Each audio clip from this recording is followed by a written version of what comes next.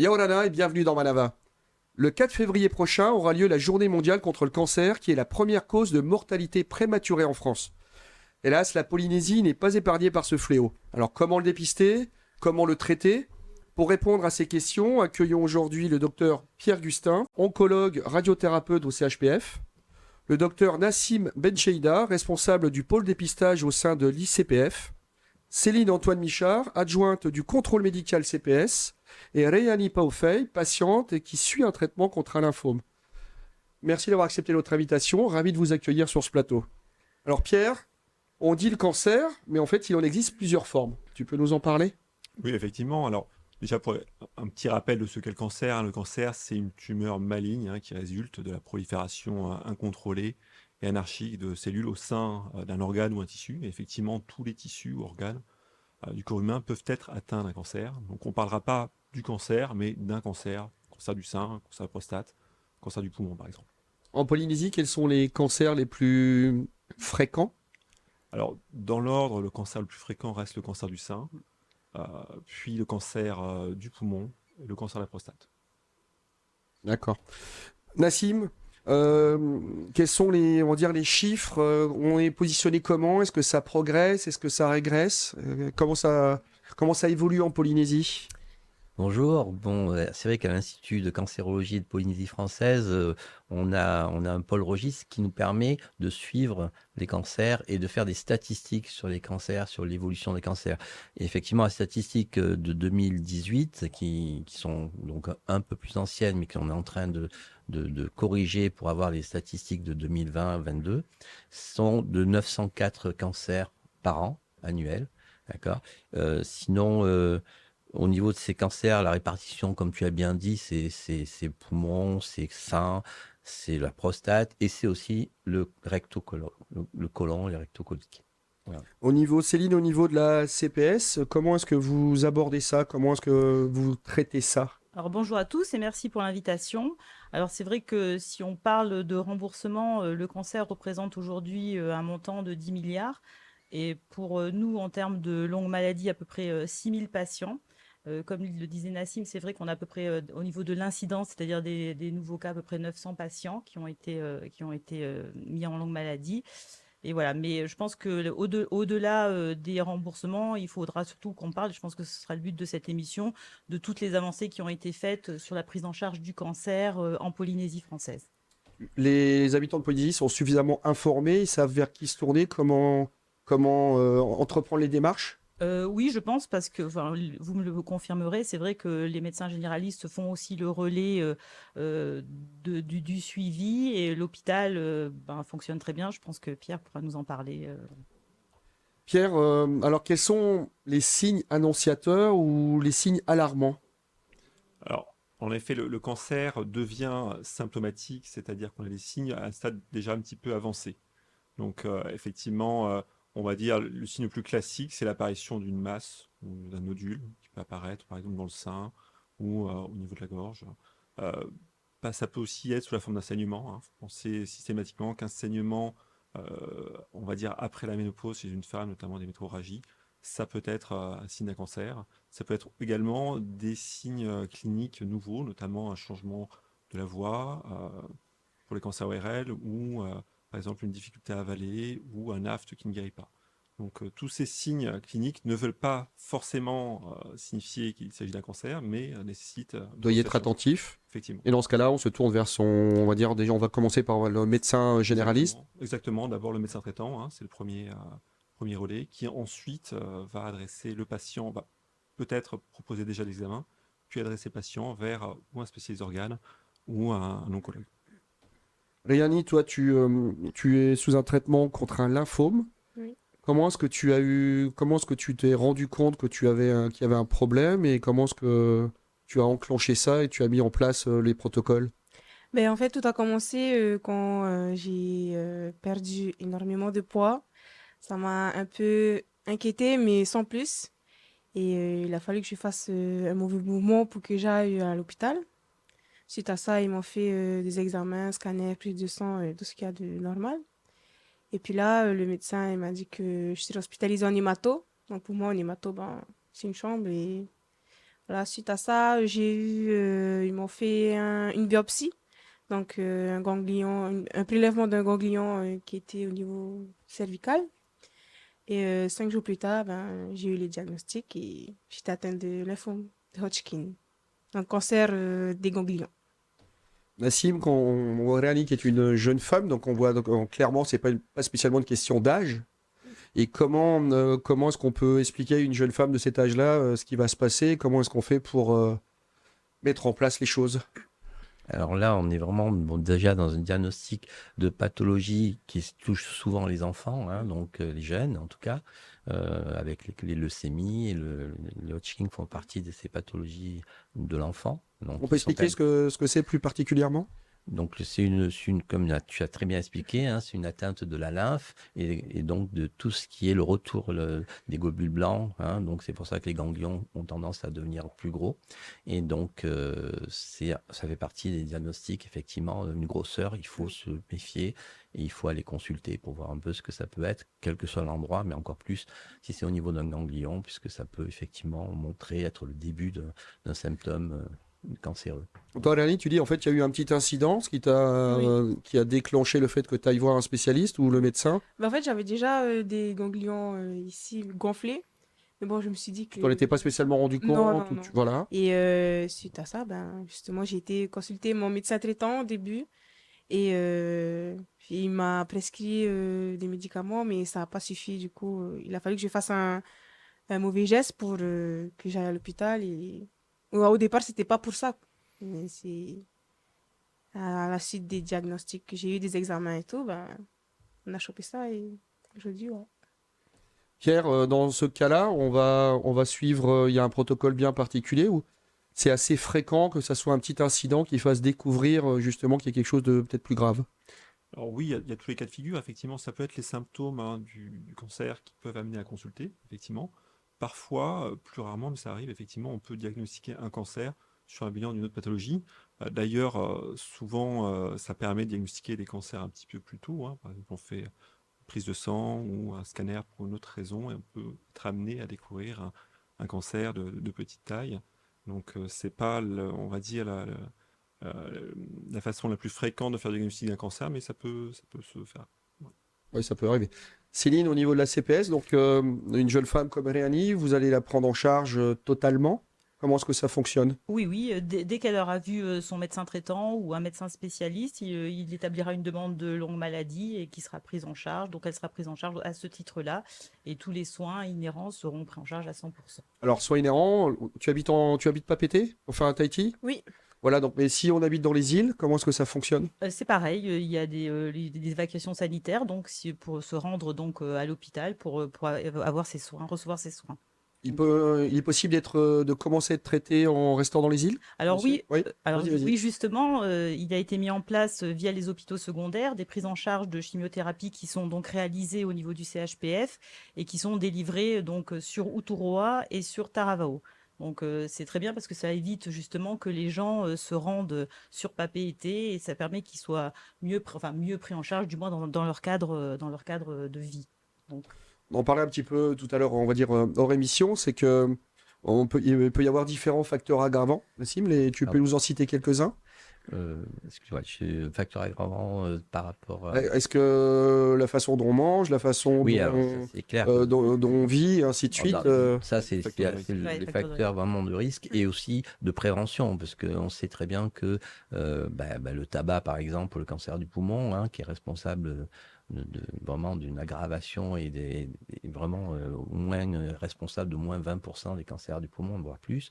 L'alcool, qui est aussi responsable de plus de 10% des cancers, l'obésité, tout ça, ce sont des facteurs de risque, et bien sûr l'alimentation, hein. Donc il faut vraiment avoir une alimentation équilibrée, manger des fruits, des légumes, surtout pour les cancers du côlon, la prévention du cancer du côlon. Donc il y a vraiment beaucoup de choses à faire dans cette prévention-là, hein. Est-ce que la population polynésienne l'entend, ça, Céline? Est-ce que les campagnes que vous faites ou vous pouvez faire sont bien perçues? Et est-ce que tu sens que la population, il y a une vraie prise de conscience et on se dit, bon, Va falloir qu'on fasse un peu plus attention quand même. Alors, ce qui est important de souligner, c'est que c'est vrai que la prise en charge du cancer, c'est une prise en charge qui va se faire par des réseaux. Donc, la CPS n'est pas toute seule. Il y a l'Institut du cancer, il y a la direction de la santé, il y a les ministères, il y a l'hôpital. Donc, c'est vraiment une prise en charge avec tout ce réseau qui va permettre une meilleure communication. Il y a beaucoup d'actions qui ont été faites au niveau de la direction de la santé et de l'ICPF. Nassim pourra en parler mieux que moi. Mais bon, je pense que les gens, petit à petit, prennent conscience que c'est un vrai fléau et qu'il faut vraiment... voilà, que tout le monde en ait conscience. Et surtout que dès le départ, il y a une vraie prise en charge Voilà. de soi-même dans l'attitude de tous les jours. Voilà, c'est une prise en charge avant dans l'hygiène de vie, mais aussi dans le dépistage. Donc peut-être Nassim, tu pourras pourra en parler mieux que moi, puisque c'est la spécialité. Voilà. On peut en parler directement maintenant. C'est vrai que, alors, quels sont les bons gestes, on va dire? Déjà, dans le dépistage, on ne peut pas dépister tous les cancers, malheureusement. On a des tests pour dépister certains cancers, donc les principaux cancers aujourd'hui qu'on peut dépister facilement si on les appliquait. Hein. Bon, ben, c'est la mammographie pour le cancer du sein, avec couplé à l'échographie. Donc ça, ben, c'est entre autres Octobre Rose, mais il faut savoir que c'est toute l'année qu'on Oui, voilà. dépiste. Faut pas, on Oui, en a fait voilà. une émission. Hein, c'est Octobre pour Rose, ça. on met highlight sur octobre, mais c'est toute l'année. Faut C'est pas toute l'oublier. l'année hein, qu'on dépiste les cancers du sein, heureusement. Faut pas attendre octobre pour aller faire sa mammographie. Hein. Ce serait vraiment un peu tardif. À part Octobre Rose, ben, on a aussi Juin Vert pour le dépistage du cancer du col de l'utérus. Mais là, pareil, hein, les frottis donc, sont normalement pris en charge. Donc à partir de 25 ans jusqu'à 65 ans, tous les 3 ans. On peut améliorer ça et on veut améliorer ça. C'est-à-dire qu'on a la possibilité de faire des frottis maintenant HPV, donc qui sont des frottis qui sont plus efficaces, sont beaucoup plus précis et en plus c'est que tous les 5 ans. Donc au niveau financier, je pense que ça pourrait passer par rapport à la caisse CPS. Ça pourrait facilement passer. Donc, et puis par rapport aussi, c'est quand même quelque chose, un frottis, c'est quelque chose qui est délicat à faire et beaucoup de femmes n'osent pas les faire. Il y a encore des barrières? Il y a beaucoup de barrières, bien sûr. Et donc, peut-être encore plus en Polynésie, donc de pudeur et Oui. voilà, donc. Donc ça, j'imagine, vous avez fait aussi des campagnes pour inciter et sensibiliser les gens et leur faire comprendre la nécessité de le faire. Alors encore une fois, c'est plutôt au niveau de la direction de la santé que sont faits et puis de l'ICPF, mais c'est vrai que la CPS s'inscrit aussi dans ce Oui, je veux dire, ce genre d'action. Oui, voilà, c'est un encore pôle. une fois c'est le réseau, mais c'est vrai que je confirme, c'est vrai qu'il faut vraiment qu'il y ait une prise de conscience. Il n'y a pas que les conditions d'hygiène de vie, le dépistage justement sur un cancer du sein, ça peut être chez quelqu'un aussi qui est en bonne santé, qui mange bien, qui a toutes les conditions. Donc voilà, il faut vraiment être martelé et vraiment insister sur ce dépistage qui est vraiment très très important. Je pense qu'aujourd'hui, c'est vraiment sur quoi il faut qu'on axe voilà, toutes les informations par rapport à ça. Et puis, on a des choses à faire actuellement sur le cancer du col, pour en revenir. On a aussi, en prévention, on a aussi la vaccination à mettre en place, qui aujourd'hui n'est pas prise en charge par la CPS, mais qui, normalement, devrait avoir un budget pour commencer une prise en charge d'une vaccination chez les jeunes filles, donc pour protéger du cancer, d'une grande partie des cancers du col de l'utérus. D'accord. Voilà. On fait une pause et on se retrouve dans un instant.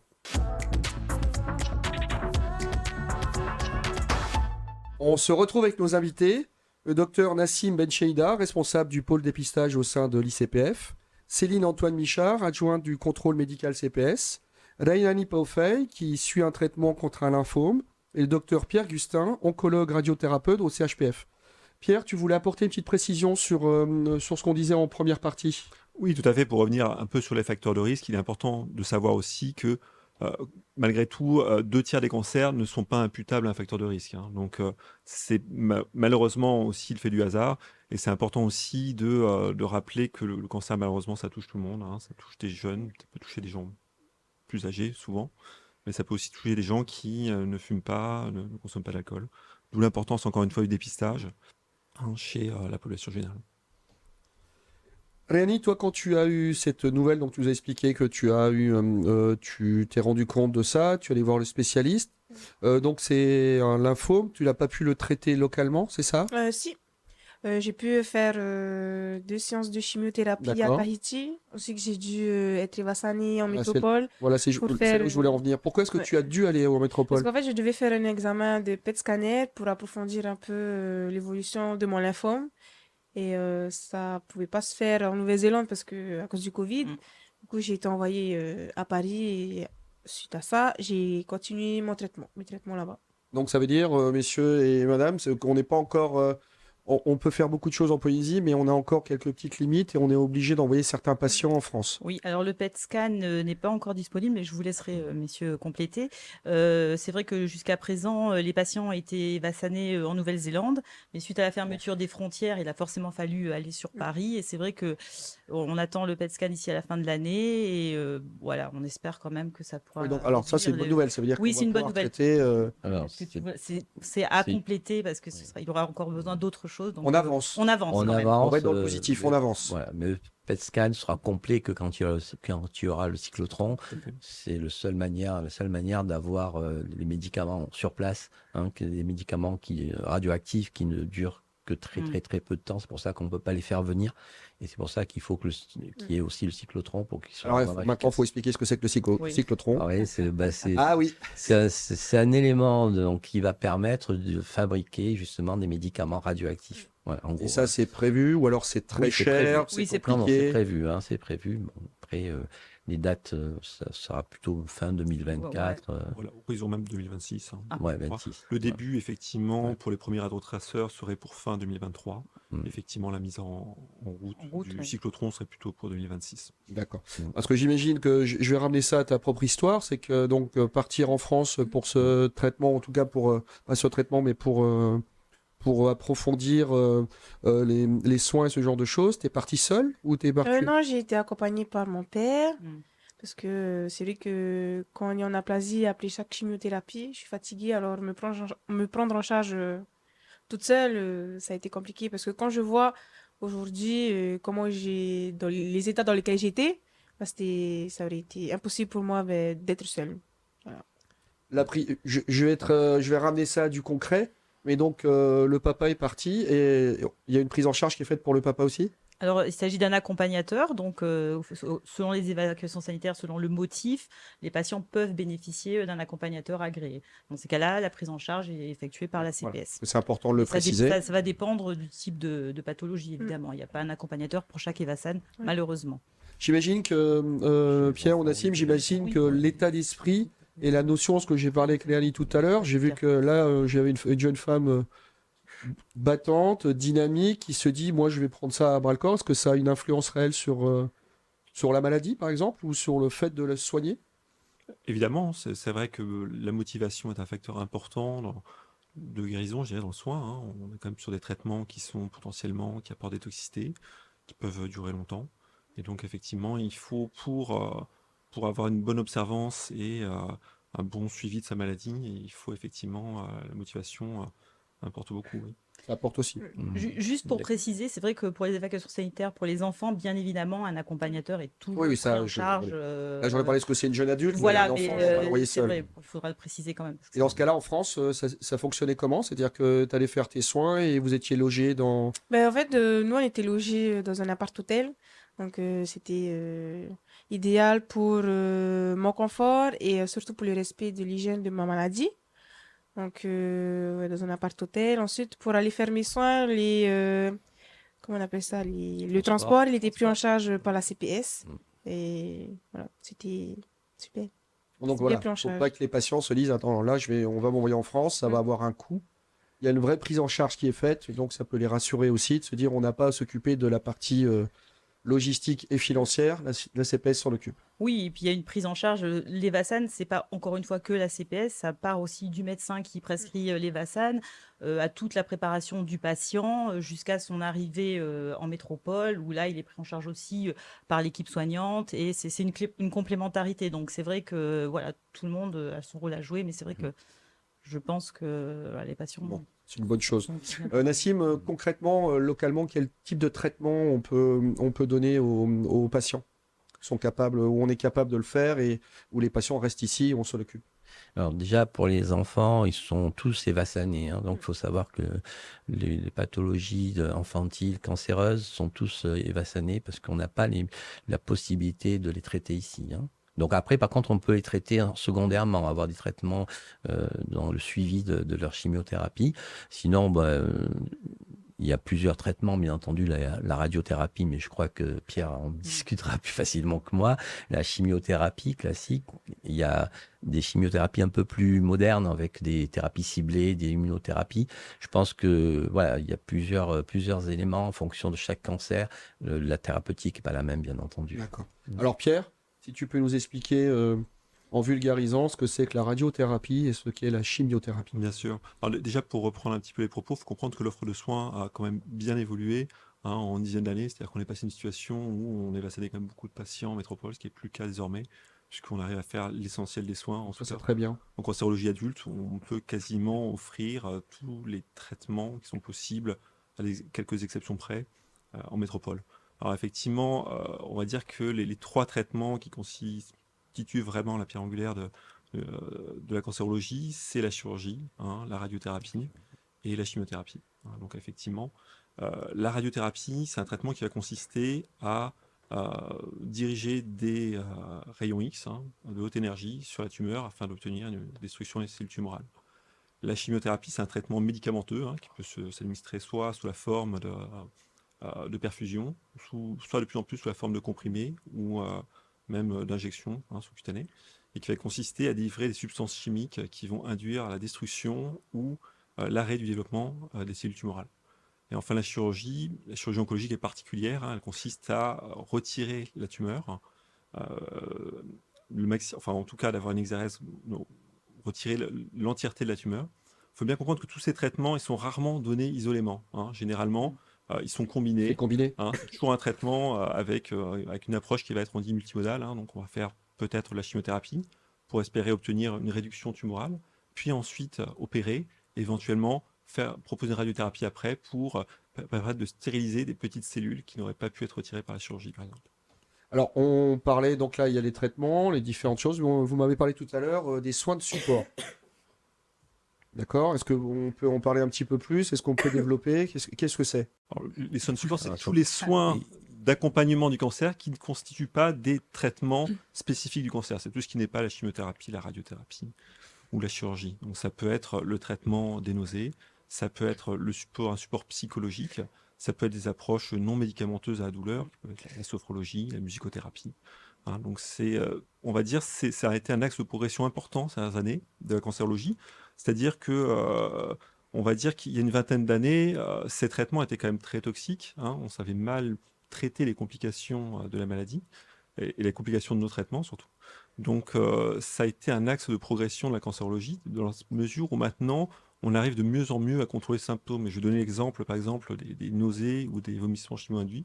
Maintenant, on arrive très bien à les contrôler.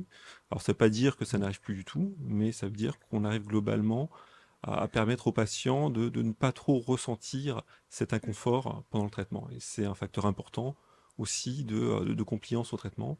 Et donc, c'est une partie très importante du traitement, Oui. qui n'est pas le traitement spécifique, mais qui est une autre approche.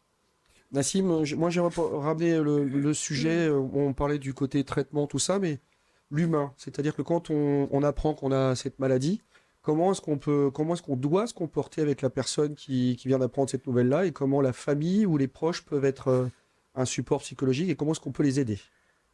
Alors, les aides sont, sur le plan médical, déjà, c'est l'accompagnement. Voilà. C'est un programme de soins qu'on va proposer, qu'on va expliquer ce qui va se passer. Ça, c'est vraiment important, je Comme pense, disait Aline, aujourd'hui. donc son papa est venu avec elle, ce qui l'a aidé Oui, mais à- aussi lui donner un carnet avec toutes les informations, qu'elle puisse vraiment savoir où elle va, qu'elle puisse savoir quel type de chimio on va lui faire, quel type de thérapie ou de radiothérapie on va lui faire, les dates éventuellement, la durée, tout ça, c'est vraiment des renseignements qui sont importants et qu'il faut mettre en place et il faut améliorer. D'accord.